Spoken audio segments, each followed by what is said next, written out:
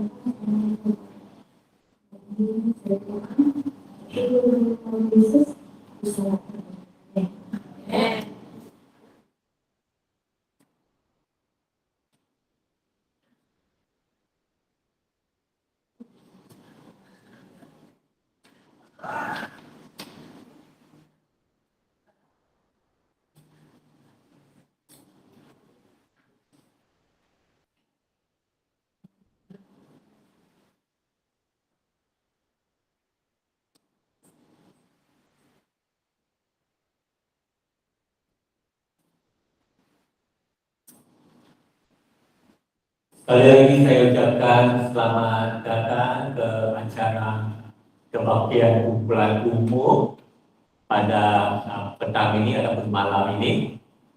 Kalau suara saya dapat didengar dengan baik di Google Meet, tolong nyatakan ataupun bagi tanda isyarat. Oke? Baik, alright, terima kasih. Setakat di Google Meet, terima kasih untuk gadget sebanyak mungkin 18 ataupun 19 gadget kesemuanya. Dan saya tahu ada di antara Anda dari Sabah, dari Sarawak. Terima kasih sebab bersama-sama dengan kami. Begitu juga dengan Anda di Gereja Seremban. Selamat datang ke rumah Tuhan pada malam ini. Baik, malam ini adalah kumpulan umum kita yang keempat, dan kita namakan ataupun temakan kumpulan umum kita ini sehat dan bahagia. Siapa masih ingat apa pelajaran kita yang pertama? Apa tajuknya?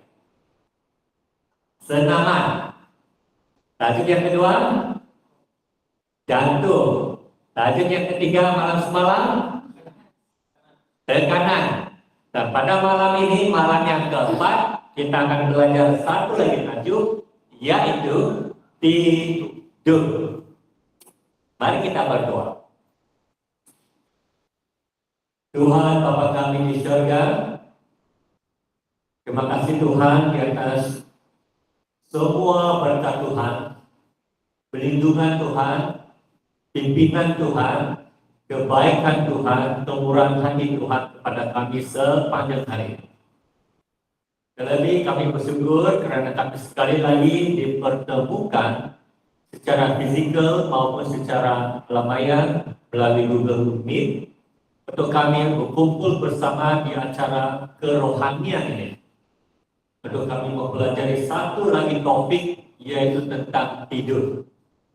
Kami berdoa sementara kami memulakan kebaktian kumpulan umum ini, Roh Kudus Tuhan ada bersama-sama dengan setiap satu kami di dalam hati kami untuk mempersiapkan kami menerima firman Tuhan. Berkati segala peralatan, gadget yang kami gunakan supaya firman Tuhan dapat diterima dengan baik. Terima kasih Engkau ada bersama-sama dengan kami. Ampuni dosa-dosa kami. Pimpin saya Tuhan di dalam pelajaran yang akan saya sampaikan pada malam. Semua ini kami doa dalam nama Yesus Tuhan dan Juru Selamat kami semua. Amin. Baik, tema kita ataupun slogan kita kumpulan umum, yaitu siap sedia semua, sehat dan bahagia sekarang dan selamanya. Baik, terima kasih. Ini ayat tema kita terdapat dalam 3 Yohanes 1 ayat yang kedua. Saudaraku yang kekasih, aku berdoa semoga engkau baik-baik dan sehat-sehat saja dalam segala sesuatu, sama seperti jiwamu baik-baik saja. Pelajaran kita pada malam ini ialah dia tidur, dia mati, lalu hidup untuk menceritakannya. Nah, bila Anda lihat tajuk ini, dia tidur, dia mati, lalu hidup. Siapa yang kamu terbayang di dalam pikiran Anda tentang orang yang tidur, orang yang mati, orang yang hidup ini? Oke. Satu cerita yang akan kita pelajari di dalam Alkitab, di mana orang ini dia tidur, dia mati, kemudian dia bangkit. Cerita tentang Lazarus. Dan cerita ini terdapat dalam buku Yohanes bab yang ke-11. Nah, biar saya mulakan cerita ini dengan mengatakan bahwa Yesus dia menerima satu kabar yang dikirim oleh Marta dan juga Maria. Mengatakan bahwa Lazarus sakit.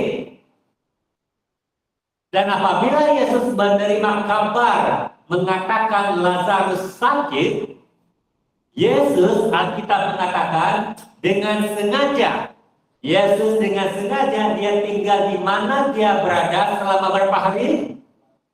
2 hari lagi. Dia tidak terus pergi ke Betania untuk bertemu dengan Lazarus. Kemudian, selepas itu, Yesus berkata kepada murid-muridnya.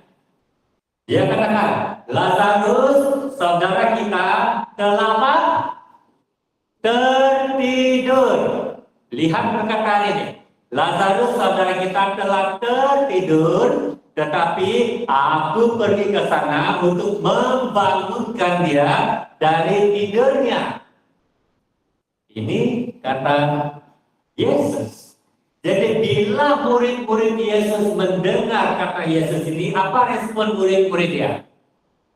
Respon daripada murid-murid dia adalah dia katakan, Tuhan Yesus, jikalau Lazarus tertidur, ia akan sembuh. Nah, saya berhenti di sini sebab kita mau belajar perkataan tidur di 2 ayat yang kita baca tadi. Kenapa murid-murid Yesus berkata, jikalau Lazarus tertidur, ia akan bangun. Nah, apa maksud tidur di sini bagi pikiran murid-murid Yesus? Tidur bagi murid-murid Yesus adalah satu bentuk tidur yang biasa kita buat ataupun lakukan. Sebagai manusia, kita paham apa arti tidur itu. Dan tidur adalah satu proses pembaikan badan kita. Selepas kita bekerja sepanjang hari di office, kita belajar, kadang badan kita sangat penat, sangat letih. Jadi oleh demikian, satu proses untuk kita membaiki badan kita adalah dengan cara kita apa? Tidur. Anda tahukah bahwa di Taman Eden,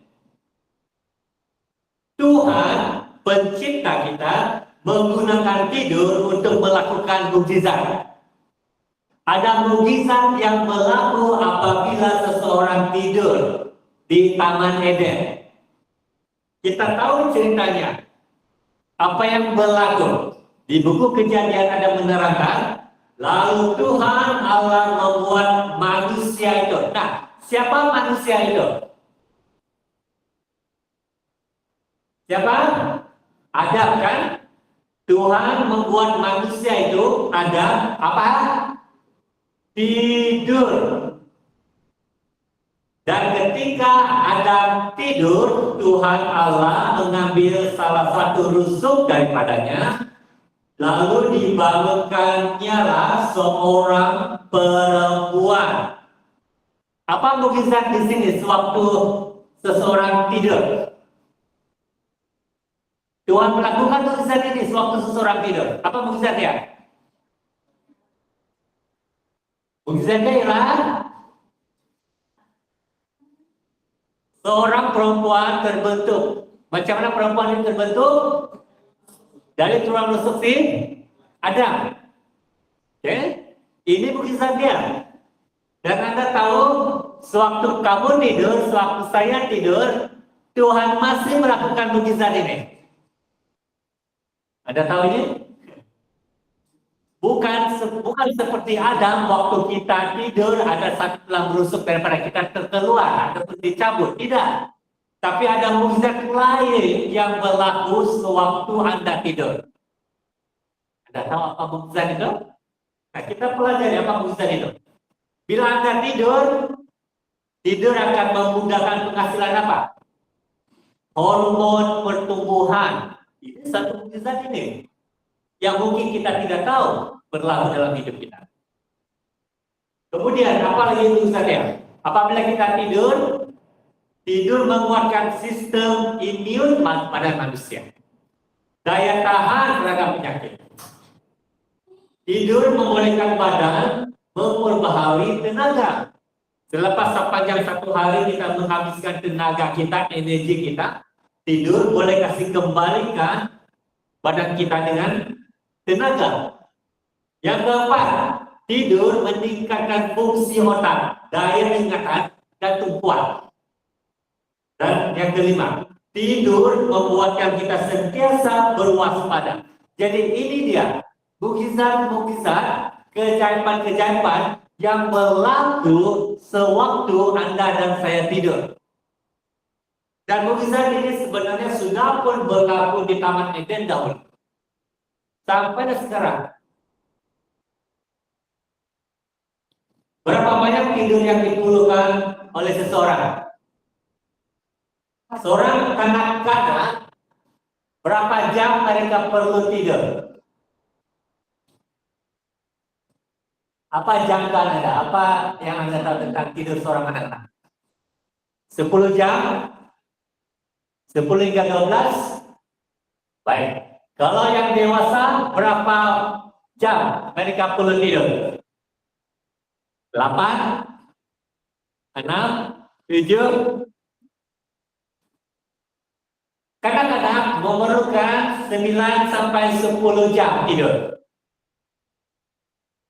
Dan bagi kita yang orang dewasa, kita memerlukan lingkungan 6 sehingga 8 jam tidur. Oke? Tetapi malamnya pada hari ini ramai orang tidak cukup tidur. Maksudnya tidak cukup tidur itu tidak memenuhi ideal masa untuk kita tidur itu. Siapa di antara kita di sini yang mengalami kurang tidur ataupun tidak cukup tidur? Ada di Google Meet? Siapa yang tidak cukup tidur?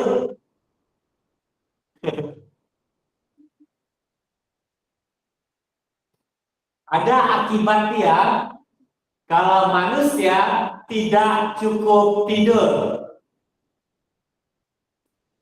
Apa akibatnya? Kita belajar satu demi satu. Yang pertama, kalau kita tidak cukup tidur, ia boleh menyebabkan berat badan kita apa? Bertambah. Jadi kamu mungkin tertanya-tanya, macam mana perannya kalau orang itu tidak cukup tidur, ataupun kurang tidur, dia punya badan boleh bertambah berat? Macam mana itu boleh terjadi? Nah, seseorang yang tidak cukup tidur ataupun kurang tidur, biasanya Mereka mempunyai tendensi untuk meningkatkan pengambilan makanan. Anda setuju ini? Bila seseorang kurangkan masa tidur, dia boleh meningkatkan pengambilan makanan, terutama sekali pada waktu malam. Jadi waktu tidur yang kurang itu telah diambil alih dengan apa? Memakan. Jadi sebab itu berat badan manusia apa? Bertambah. Jadi jangan kasih salah siapa-siapa. Kalau berat badan Anda bertambah, ada mungkin sebabnya ini dia. Kurang tidur, kenapa? Makan. Akibat yang kedua, tidur yang tidak cukup boleh membawa kepada beberapa penyakit serius. Apa contoh penyakit-penyakit serius yang boleh kita dapat kalau kita tidak cukup tidur? Berkaitan dengan pemakanan yang banyak tadi. Tekanan darah tinggi. Lagi, diabetes jenis 2. Ini ada beberapa contoh penyakit kalau kita tidak cukup tidur, lalu kita makan, dan apabila kita makan, kita bertambah berat badan, dan bila bertambah berat badan, ada penyakit-penyakit yang menyusul selepas itu. Yang ketiga, boleh menyebabkan ketagihan kafein. Sebab sedikit kita sudah sentuh tentang kafein dan contoh-contoh minuman yang mempunyai kafein. Apa ini kafein ini? Nah, biasanya kalau orang kurang tidur ataupun tidak cukup tidur, sebelah siang nanti dia akan rasa apa? Mengantuk kan? Dia akan rasa mengantuk. Jadi untuk dia menahan mengantuk dia, apa dia perlu buat? Dia minum kafein untuk membantu dia awake, sedar.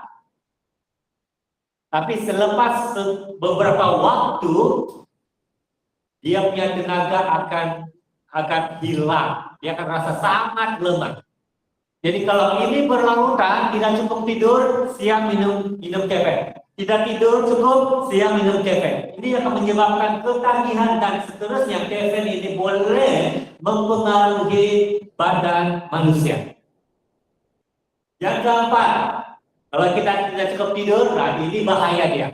Terutama sekali bagi Anda yang memandu, menunggang motosikal, tidak cukup tidur, mengantuk, boleh berlaku kemalangan dan juga kematian.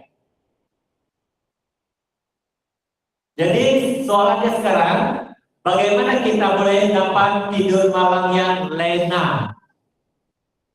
Kalau Anda tidak mempunyai cukup tidur, ataupun ya tidak mempunyai cukup masa yang cukup untuk tidur, ada 7 petua yang kita boleh pelajari di dalam pelajaran kita malam ini, membantu Anda supaya Anda boleh tidur dengan baik, dengan lena, dengan cukup.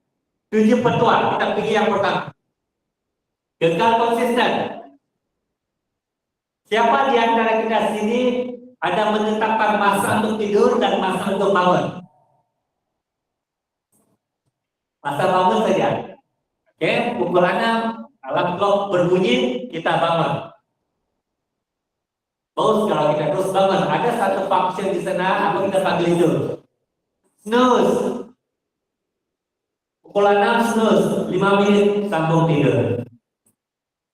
5 menit snooze lagi, tekan lagi, lasan bangun pukul 7. Bagaimana dengan tidur malam? Anda ada tetapkan masa untuk tidur malam?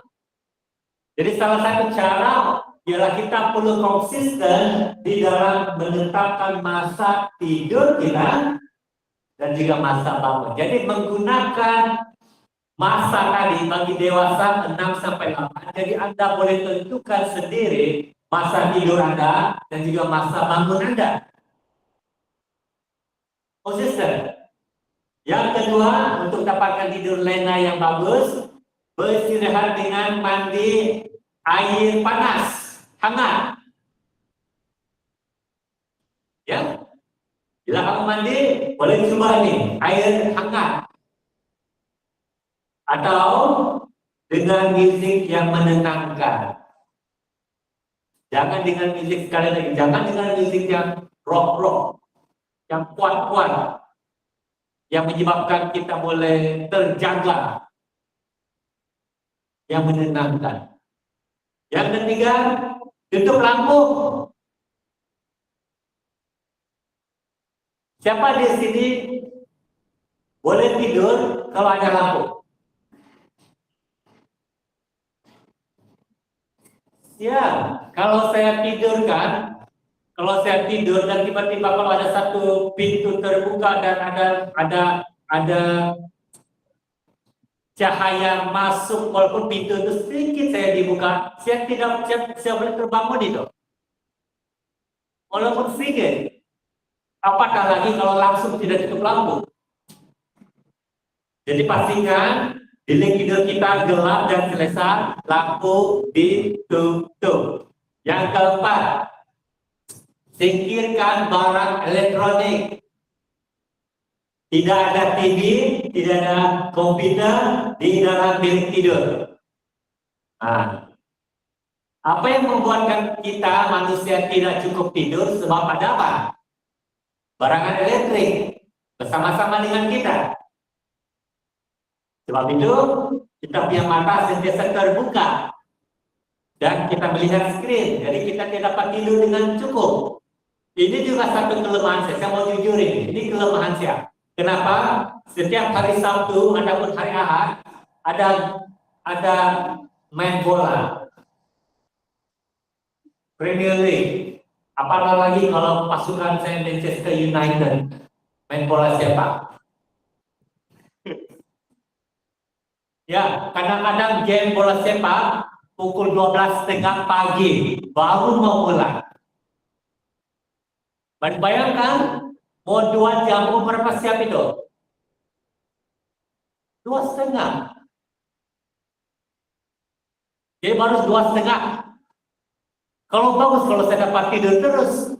Kalau Manchester United kalah, sudahlah lambat tidur, kalah lagi. Waktu saya sudah baring-baring di sana masih bermain kekalahan. Kenapa di Manchester main macam ini? Kalah sudah, iya. Kelas pukul 3, pukul 4 baru tidur. Mengganggu pikiran. Manchester United kalah. Ini kelemahan saya nih. Sebab saya suka tengok main bola. Bagi Anda, gadget, barang elektronik, kalau mau tidur, nah pastikan tidak ada gadget. Saya perlu kawal diri saya nih. Oke, saya perlu kawal. Mari kita kawal penggunaan barang elektronik. Yang kelima, bersenam. Nah, sekali lagi, sudah 4 malam berturut-turut kita melihat perkataan apa? Bersenam. Bersenam. Untuk membantu kita tidur, tapi jangan lakukan senaman berat sebelum tidur, Jamila. Pastor Francis, 2 jam badminton boleh bahkan? Kami selalu main badminton, Selasa dengan Kamis.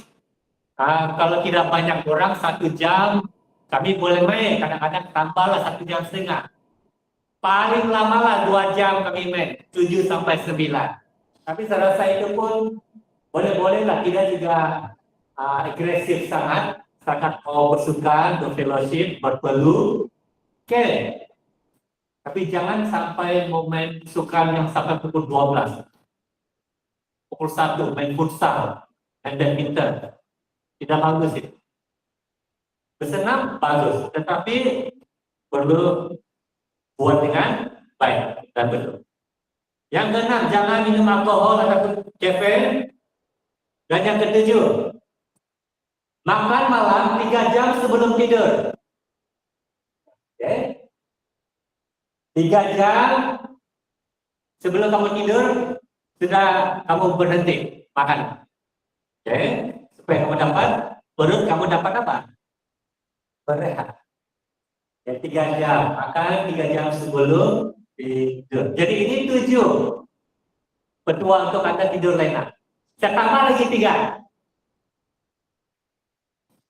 Yang ke-8, hitung berkat Anda setiap hari. Berapa sering kita hitung berkat kita, blessing kita yang Tuhan bagi kepada kita. Bila kita sudah di kamar kita, di bilik kita, di atas katil kita, dan pada waktu malam itu kita menghitung berkat yang kita terima daripada Tuhan. Apa contoh berkat yang kamu boleh pikirkan pada hari ini sebelum Anda tidur pada malam? Apa contoh berkat? Tolong bagi tahu saya. Kesehatan kita sehat sepanjang hari ini. Kita dapat bernafas, kita masih ada nafas hidup. Kita ada makan, minum. Kita selamat melakukan tugasan kita hari ini. Ini semua detail-detail perkara-perkara yang kita sering tidak terpikir untuk kita lakukan. Ada satu lagu kan dalam tentang ini, count your blessing, then one by one. Itu berkat yang Tuhan berikan kepada Anda. Jadi bila Anda hidup berkat, terima kasih. Yang ke-8, 9. Kita ucapkan terima kasih kepada Tuhan, terima kasih di atas berkat Tuhan. Banyak betul berkat, bila saya hidup berkat Tuhan dalam hidup saya. Terima kasih. Jadi bila Anda tidur, Anda mempunyai hati yang sangat tenang, pikiran yang tenang, sebab kita dapat terima berkat Tuhan dan kita bersyukur kepada Tuhan. Dan yang ke-10, jangan risau tentang hari esok. Ada Alkitab mengatakan dalam Matius bab yang ke-6, kesusahan hari ini untuk hari ini saja. Dan besok percayakan kepada Tuhan bahwa Tuhan akan menjaga apa yang Anda akan lalui pada hari esok. Jadi jangan lagi pikir risau tentang hari esok. Jadi ini dia 10 petua, dan saya harap bagi Anda di Gereja Seremban dan juga di Google Meet, Anda akan kenakan diam. Saya mau ikut 10 petua ini supaya malam ini dan juga malam-malam yang seterusnya saya mempunyai tidur yang lena, tidur yang cukup. Nah, kita berbalik kepada kisah Lazarus. Tadi kita katakan Lazarus dia tertidur, lalu Yesus dia mau pergi ke Betania untuk membangunkan dia. Kemudian murid-murid berkata, kalau Lazarus tidur, dia akan sembuh. Lalu Yesus katakan apa? Lazarus sudah mati. Di pemikiran murid-murid Yesus, arti tidur itu adalah arti yang biasa. Tetapi apa yang Yesus coba sampaikan dan coba terangkan tentang tidur itu ialah mati. Lazarus sudah mati. Nah, kenapa Yesus katakan bahwa orang mati itu sedang tidur? Kenapa doktrin kita bahwa apabila seseorang itu mati, sebenarnya dia sedang apa? Tidur. Kenapa? Nah, kalau kita lihat kembali perkataan tidur itu, bila kita tidur, pasti akan ada apa? Bangun, ataupun bangkit kan?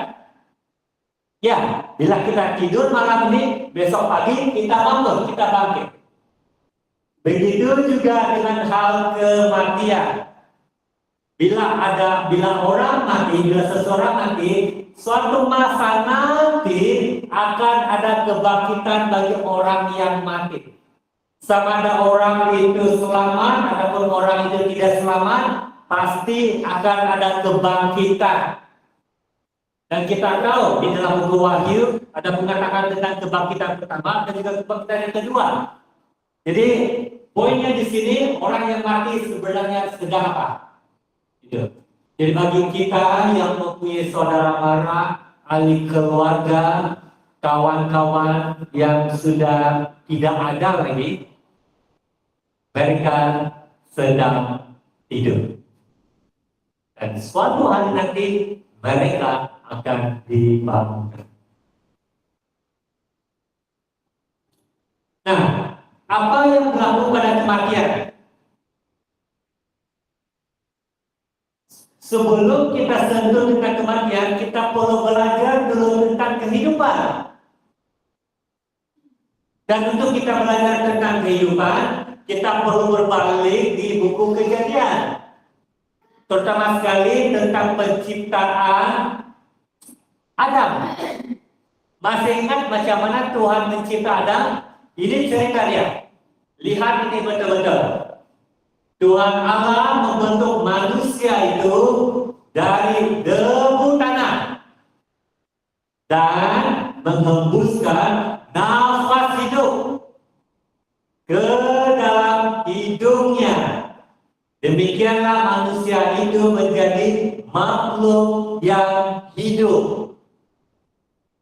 Jadi kalau kita lihat ayat yang ke-7 ini, ada satu formula tentang kehidupan. Apa formula itu? Ini formulanya. Untuk seseorang hidup, perlu ada dua elemen. Mesti wujud dua elemen ini. Yang pertama, perlu ada debu tanah. Tuhan mengambil debu tanah lalu membentuk manusia. Tetapi manusia pada waktu itu masih belum hidup. Dan perlu ada satu elemen yang kedua. Elemen kedua itu ialah nafas hidup. Nafas hidup ini datang daripada siapa? Daripada Tuhan. Jadi kalau sudah ada debu tanah campur nafas hidup, maka terbentuklah makhluk yang hidup. Nah, sekarang kalau waktu kematian, pada saat kematian, apa yang berlaku kepada makhluk yang hidup itu? Pengkhotbah ada menulis, bila seseorang mati, debu kembali menjadi tanah seperti semula, dan roh kembali kepada Allah yang mengarunianya. Nah, perkataan roh di sini bukan menuju kepada roh oknum Tuhan itu, tidak. Roh di sini di dalam bahasa Ibrani-nya ialah ruah. Ia bermaksud satu bentuk energi. Dan kita tahu energi itu dimaksudkan ialah nafas hidup. Jadi apa yang berlaku kepada orang mati? Apa berlaku kepada saya kalau saya mati? Saya punya badan akan kembali ke mana? Ke tanah. Kenapa saya punya badan kembali ke tanah? Sebab itu asal usul manusia kan? Ke tanah. Nafas hidup saya bila saya mati, apa berlaku kepada nafas hidup saya? Akan kembali kepada Tuhan. Sebab Tuhan yang memberikan nafas hidup, membuatkan saya hidup. Dan bila saya mati, nafas hidup itu akan kembali kepada Tuhan. Jadi pada kematian, kita manusia yang mati, bila kita sudah mati, bila manusia mati, tidak akan terus pergi surga. Dan tidak juga terus pergi neraka. Ada orang mempunyai ajaran, berpendapat bahwa bila orang baik mati, dia akan terus pergi mana? Pergi surga. Kalau orang itu jahat, dia akan diseksa di suatu tempat. Jadi kematian, saya mau katakan di sini, bila kita mati, bila manusia mati, tidak akan terus pergi surga. Waktu dia mati, tidak juga akan terus pergi ke neraka. Pada waktu kematian, tubuh kita kembali ke tanah, nafas hidup ataupun roh kembali kepada Tuhan. Dan apa yang berlaku seterusnya, nanti kita hanya tunggu bila manusia yang mati itu akan dibangkitkan. Itu saja yang akan berlaku. Kita akan tunggu kebangkitan nanti. Nah, jadi kematian adalah seperti tidur nyenyak, satu tidur yang nyenyak dan satu tidur yang sangat lama. Dan orang mati tidak mengetahui apa-apa. Dia tidak ada lagi knowledge ataupun pengetahuan. Seperti tertulis dalam buku Mazmur, Pada hari itu juga lenyaplah maksud dia. Tidak ada lagi perasaan, tidak ada lagi buah pikiran, tidak ada lagi pengetahuan bila seseorang sudah mati. Lalu, oleh demikian, bila orang sudah mati dan tubuh kembali kepada tanah, nafas hidup kembali kepada Tuhan, maka kita tidak boleh lagi bercakap dengan ahli keluarga kita yang sudah mati. Kita tidak boleh lagi bercakap dengan sesiapa yang sudah mati, betul? Ya, sebab tidak ada lagi makhluk yang hidup sudah mati. Tetapi ada orang mengatakan, saya nampak si dia lah, dia sudah mati, saya nampak dia. Ada kamu pernah dengar ini? Ada orang sudah mati dan dia katakan, saya nampak dia. Lalu dia coba untuk berkomunikasi dengan orang yang sudah mati itu. Siapa sebenarnya yang mereka nampak itu? Katakan si E sudah mati. Kemudian beberapa hari, saya nampak si E, lalu dia bilang, siapa yang mereka nampak itu?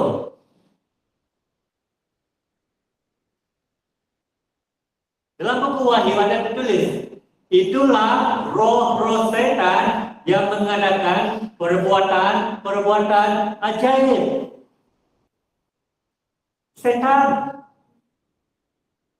yang kita nampak itu, dia ada kekuatan untuk menyamar sebagai orang mati. Apa tujuan penyamaran setan ini? Untuk menyamar sebagai orang mati. Supaya setan boleh menyesatkan kita. Jadi penting tadi pelajaran kita malam ini tentang doktrin kematian dan juga kehidupan. Dan kita balik kepada Lazarus. Waktu Yesus sudah tiba di kuburan itu, Lazarus sudah mati berapa lama? 4 hari di dalam kuburan. Lalu Yesus pergi di sana. Lalu Yesus dia membuat ataupun memberi satu perintah yang sangat menakjubkan. Dia tengok ke arah kuburan Lazarus, lalu Yesus katakan, Lazarus keluar. Nah, kalau orang beranggapan bahwa orang yang mati sudah pergi surga, dan anggaplah bahwa Lazarus sudah pergi surga pada waktu dia mati, dan kalau Yesus ada di sana, apa yang Yesus akan katakan? Lazarus turun. Kalau betul orang yang mati pergi surga, dia akan katakan kepada Lazarus, Lazarus turun kamu dari surga. Ataupun kalau ada orang katakan orang yang mati sudah pergi neraka, apa yang Yesus akan katakan kepada Lazarus? Lazarus, naik balik kamu dari neraka. Tapi satu ayat ini sangat penting, ini doktrin yang sangat penting. Lazarus keluar, ini sangat penting dalam doktrin tentang kematian dan kehidupan. Ini menunjukkan bahwa orang yang mati tidak pergi surga, tidak pergi neraka. Apa yang dilakukan Lazarus sudah dia mati, dia masih ada dalam kuburan di dunia ini. Dan bila Yesus tiba di kuburan, dia katakan Lazarus keluar dari kuburan itu. Kenapa berlaku kepada Lazarus? Lazarus keluar dari kuburnya.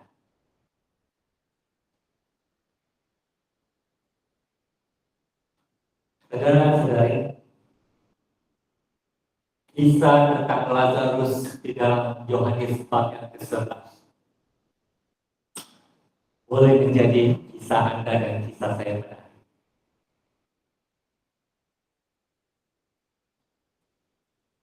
Sebab ada satu janji Tuhan yang tertulis dalam buku 1 Tesalonika bab yang ke-4 ayat 16 dan 17. Dengar ini baik-baik.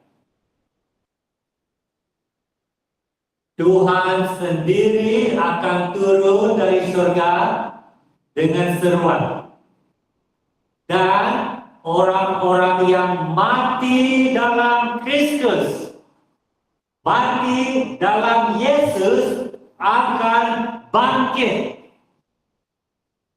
terlebih dahulu.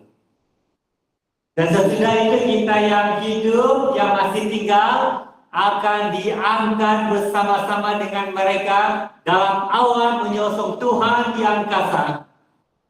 Demikianlah kita akan selama-lamanya bersama-sama dengan Tuhan. Tidakkah ini satu janji yang begitu indah setiap saat kita? Suatu hari nanti kita akan dibangkitkan. Kalau Yesus belum datang dalam masa yang terdekat ini, dan sekiranya Anda dan saya sudah mati, dalam Kristus ada pengharapan buat setiap saat kita. Bila Yesus datang nanti, Dia panggil kamu dan saya. Sama seperti Dia panggil Lazarus, Lazarus, dan Lazarus hidup dari kematian. Bayangkan nanti Yesus datang dari awan-awan dan Dia katakan kepada Anda, bangun dari tidur, dan kita akan bersama-sama dengan Tuhan kita di surga selama. Saudara-saudari, bila Yesus datang nanti dan membawa kita ke surga, kita akan menjadi sehat dan bahagia selama. Terima kasih untuk pelajaran malam. Mohon memberkati kita semua. Amin.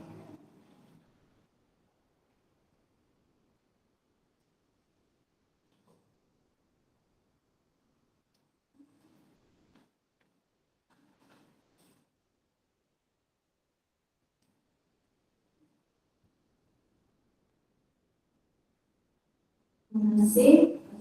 Ini dari hidup. Semoga jadi manfaat kita.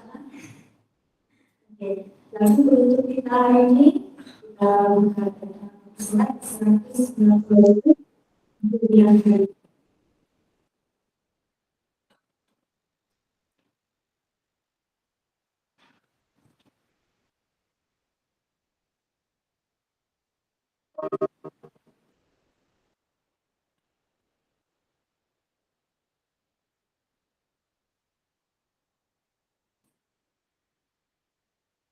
Dari masalah ini.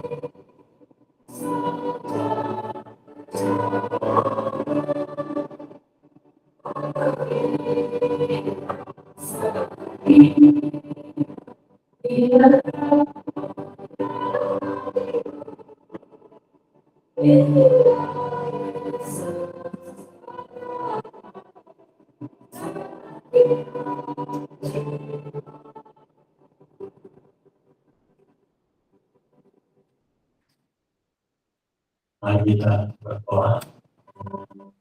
Tuhan Bapa dalam di surga, terima kasih Tuhan atas berkat-Mu yang telah berikan kepada kami melalui firman yang sudah kami dengar dan pelajari bersama.